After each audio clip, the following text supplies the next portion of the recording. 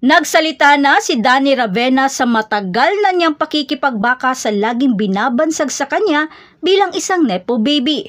Bukod pa roon na hindi na rin ito napigilang mag-voice out sa pangbabash sa kanya. Kaya isang post sa X ang pinatulan na nito sa pagkukumpara sa kanya sa ibang players. Kaya tara at ating alamin. Pero bago pa man ang lahat, kung hindi ka pa nakapag-subscribe, please like and subscribe at pakispike na rin sa bell button para lagi kang updated sa mga volleyball ganap. Si Danny Ravena ang pinakabunso sa magkapatid na mga star player ng basketball na sina Kiefer Ravena at Terdy Ravena na patuloy na hinaharap ang pampublikong pagsisiyasat at online bashing na kahit noon pa na nasa college years pa ito sa Ateneo at ngayon sa kanyang professional na karera naman sa volleyball.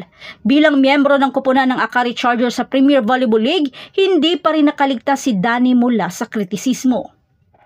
Kamakailan lamang nagpahayag si Danny sa social media upang ituwid at harapin ang isyong ito bilang tugon sa pagiging tinatawag na nepo baby na nagpapahiwatig na siya ay nakikinabang sa nepotismo dahil sa kanyang apelyido.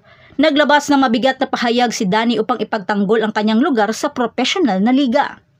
Binigyan diin ni Danny na ang kanyang ina na siyang manager din ng kanyang kupunan ay hindi kailanman nagbigay ng pabor sa kanya ng hindi patas dahil sa kanilang relasyon. Sa kabila ng patuloy na pag-aalinlangan at negatibong binabato sa kanya, nananatiling matatag si Danny sa kanyang dedikasyon sa kanyang laro at sa kanyang kupunan. Sa kanyang tugon, ipinahayag ni Danny, "Lagi akong magiging Ravena. Ang aking ina ay laging magiging aking ina. Yan ang katotohanan." Kinilala niya ang mga hamon na kanyang hinaharap, ngunit tiyak na ipinapakita niya na siya ay well-driven sa kanyang goals at ng suporta ng mga naniniwala sa kanya.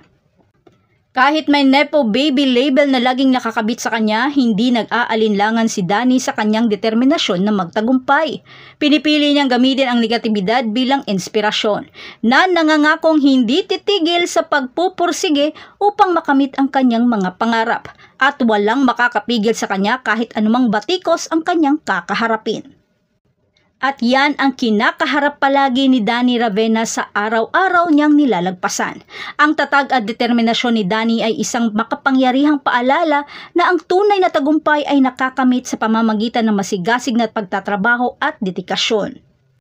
Kaya kahit sino ka man at anuman ang kinakaharap natin, may kanya-kanya tayong mga pangarap. Kaya patuloy nating suportahan ang mga atletang Pinoy na nagsusumikap na lampasan ang mga hadlang at marating ang kanilang buong potensyal.